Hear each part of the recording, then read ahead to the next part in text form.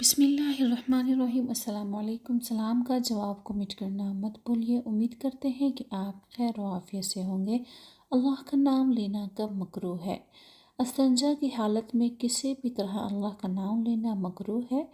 استنجا کی حالت میں چھینکنے میں الحمدللہ یا اس کے جواب میں یرحمک اللہ کہنا، استنجا کی حالت میں اذان کا جواب دینا، اسی طرح خود استنجا کی دعا بیت الخلاء میں جانے سے پہلے پڑھ لینی چاہیے۔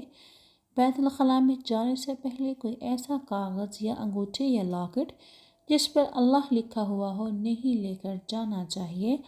استنجا کی حالت میں سلام کا جواب دینا اور وہ تمام اذکار جس میں لفظ اللہ آتا ہو اس حالت میں کہنا مکروہ ہے۔